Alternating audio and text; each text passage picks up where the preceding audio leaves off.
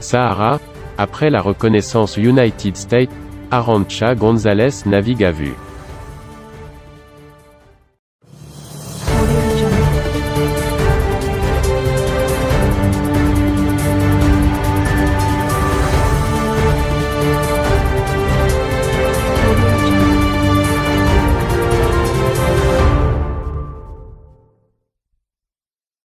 Depuis la reconnaissance par l'administration Trump de la souveraineté marocaine sur le Sahara, la ministre espagnole des Affaires étrangères multiplie les déclarations contradictoires, marquant ainsi une rupture avec la politique longtemps suivie par les gouvernements à Madrid.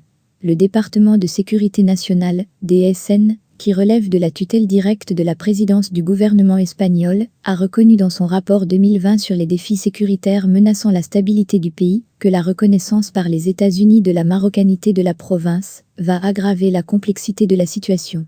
Depuis, la ligne politique observée par l'exécutif ibérique sur ce sujet a perdu le nord.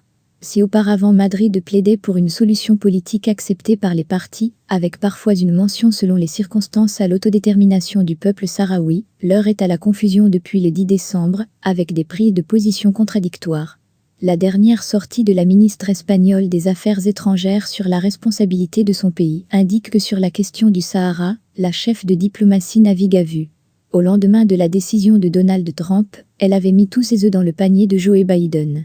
Avant même que le démocrate ne soit officiellement investi président des États-Unis, elle s'est empressée de souhaiter, le 14 décembre, que l'administration Biden puisse évaluer la situation et voir de quelle manière elle va se positionner et travailler en vue d'une solution juste et durable, qui ne dépend pas d'un alignement d'un moment sur un camp ou sur l'autre.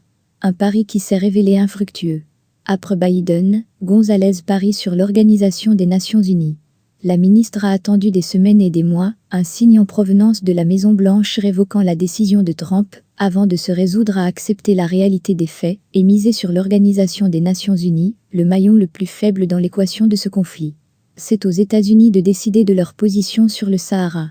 Ce que l'Espagne a toujours dit, c'est qu'il est important que nous donnions une impulsion aux négociations aux Nations Unies, a-t-elle souligné, le 15 juin, soit 5 jours après l'échec de la réunion Biden-Sanchez en marge du sommet de l'Organisation du traité de l'Atlantique Nord à Bruxelles.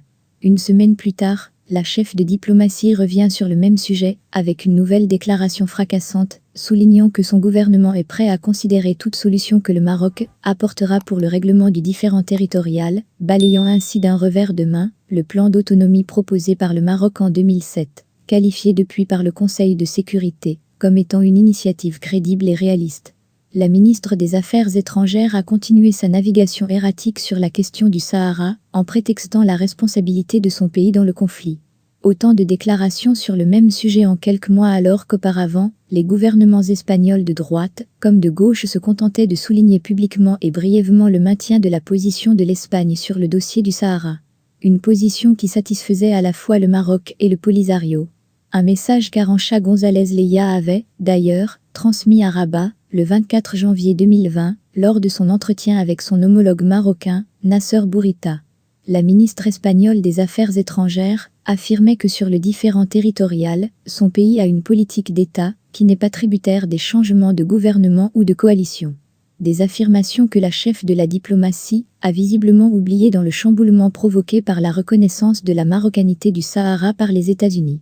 C'est cette confusion que le chef du Parti populaire a pointé du doigt dans ses interventions en pleine crise autour de l'hospitalisation de Brahim Ghali en Espagne, estimant que la fébrilité du gouvernement Sanchez a nui aux relations de son pays avec le Maroc.